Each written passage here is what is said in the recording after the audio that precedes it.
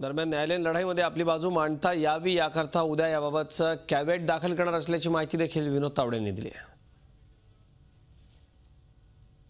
केंद्रीय आरोग्य मंत्र्यांनी अतिशय सुस्पष्ट भाषेत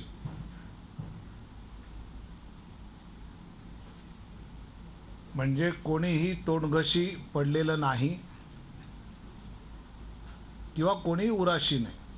चिंतातूर पालक, अस्वस्थ विद्यार्थी यांना मी खूप स्पष्ट शब्दात माहिती देऊ इच्छितो।